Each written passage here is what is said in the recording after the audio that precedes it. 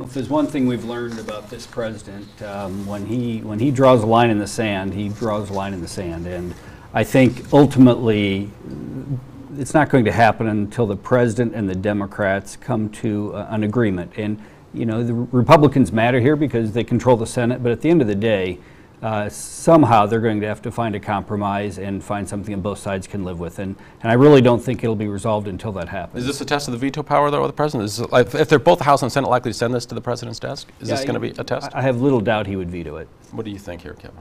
I think that the line in the sand is going to be on the Mexican border because there's not going to be a wall that Trump wants. Here's the deal. On the campaign trail, hundreds of times, Mexico is going to pay for the wall. Who's going to pay for it? Mexico. Who's going to pay for it? Mexico. This is a con job on the American people and the people that voted for Trump. So that's why we are where we are today. It's a temper tantrum, and it's ridiculous. On the continuing resolution point in the Senate, I mean, this had bipartisan support there. So, and there was, the talk was in the House that there was bipartisan support until I guess the president intervened and got the Freedom Caucus to go with him.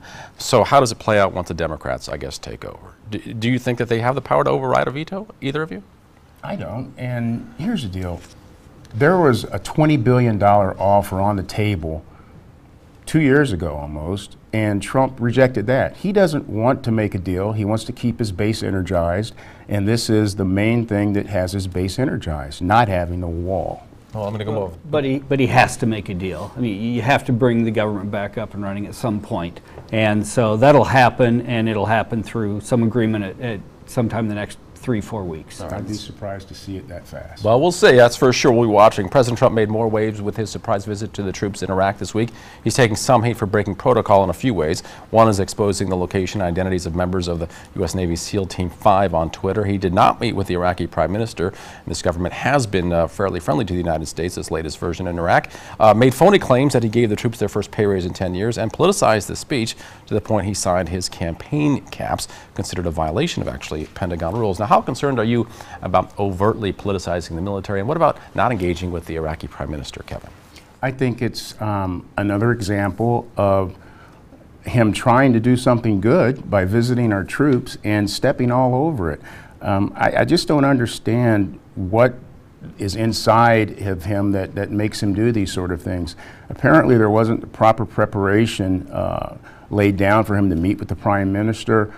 Those are all mistakes that can be avoided with, you know, proper planning, preventing those things from happening. And so now we're in a much worse situation with our troops there than we were before he went. And he could have made this, you know, a good thing, but it's not. It's unfortunate. Is this a problem with his support staff not really relaying to him some of these things, or what do you think? Look, we all know Trump will be Trump. And, you know, this is a non-issue. The president did a good thing. He visited with the troops in Iraq. Iraq is in a better place than it was when President Obama was in office, and so this is an opportunity for him to tip his hat and say thanks to the troops for the good work they did. Do you think he's talking about keeping an eye on Iran by keeping the troops in Iraq, but pulling out of Syria and those things, some say that enables Iran to get stronger potentially?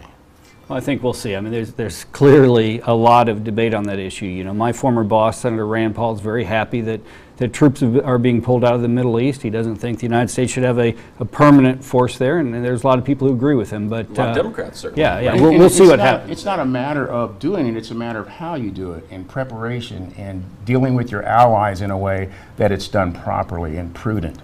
That's not the case with this president, as we all know. Well, we'll see how that does play out. Moving on to the border security issue, kind of touches a little bit with the federal government shutdown. A second child died this week while in custody of border security. November was busy for Customs and Border Protection agents. They detained more than 25,000 people and families last month. That's the most recorded by the agency, and more than 5,200 minors traveling by themselves. No one is supposed to be held for more than 20 days. Now, we've heard Democrats and Republicans say they don't like this policy over the last few months. What will it take, I guess, for them to come together and do something about it, unless it's just talk and they think this is acceptable? Kevin?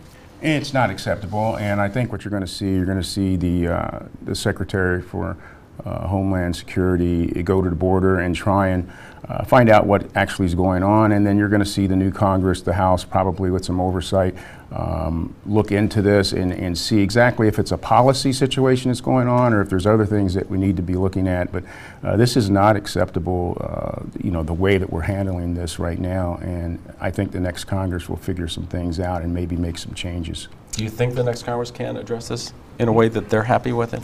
You know, it's really not a congressional issue. It's terrible. It's horrible. But they can check the president if they don't like his. They can, but it's an executive. It can be done more quickly through the executive branch. It should be done through the executive branch, and it's got to be fixed immediately. And it's just a travesty that 2 children have died. Well, but if you say it needs to be fixed immediately, it doesn't seem like the president has any interest in changing this, does he? I don't think that's true. I mean, so first of all, the question is more how we are caring for children when they're in the custody of the U.S. government. That's the issue. It's got to be fixed, and whether it's a shorter time period, whether, you know, I don't know what the answer is, but I know that once they're in our custody, we have to take good care of them. Are you worried that the situation is going to get worse, I guess? I would be surprised if it got worse. I think we're beyond that point. I think things could potentially get worse because what we overlook is the broader picture of things, and comprehensive immigration reform is what we need to be starting a conversation about. We have climate change issues in the Central America area that's forcing people to migrate as well as other things. So this is a big, broad issue that has to be addressed, and this is just part of what we're seeing right now. We'll be watching now. There could be, we're going to switch to national politics and the presidential 2020 race, because believe it or not, it's closer than we think. There could be 20 Democrats or more who will seek the party's nomination for president in 2020. We're waiting for those dominoes to start falling and the invasion of Iowa to begin. A large field become a circular firing squad, if you will, where they damage each other to the point of no return. I heard a conservative commentator actually make that point. I guess how much can this prospect hurt the Democrats' chances of staying unified and winning in 2020? Steve Grubbs, I know you're a Republican, but you can take a political analyst point of view on these sorts of things with large fields. Absolutely. I think having a large field is helpful and healthy for parties generally. You know, it's easy for establishment candidates to think that they're going to sweep in and own the road, and then suddenly some outsiders with different ideas come in and they mix it up, and it's healthy for democracy. It's healthy for a party. And it's a fun process to watch, and it engages more people in this very important process. So I love it, and I think it's good. We hear 20 or sometimes 30. Doesn't at some point we get too big or too many here, Kevin? You know, I don't think so. I kind of agree with what you're saying. It is going to be good for the party to have all of these different policy issues put forth, and I hope we have enough people that are able to stay in long enough for a couple of debates to get people on the record of where they really stand, so people have an opportunity to hear, you know, what their policies are going to be. Now, another thing is money. When you have California and Texas moving up in the primary situation, you're going to have people that are going to need to have infrastructure in those states earlier than normal, and money's going to unfortunately be a big deal. Right now, Elizabeth Warren, Bernie Sanders, Jill DeBrand, they all still have some war chests left over, but you're going to look at some grassroots fundraising, and then those people that are able to raise in little contributions, I think the big donors are going to start looking at those people as viable, and then that's when the money's going to start flowing. A lot of mobilization required for that, too. Iowa invasion coming soon. Steve Grubbs, Kevin Perkins, thanks for the talk. Happy New Year to you both as well. That brings us to our question of the week. What New Year's resolution would you like to see fulfilled from lawmakers at any level of government in 2019? Send your answer by email to fortherecord@whbf.com or respond to this post on Facebook at the Local 4 News WHBF TV page or on my page.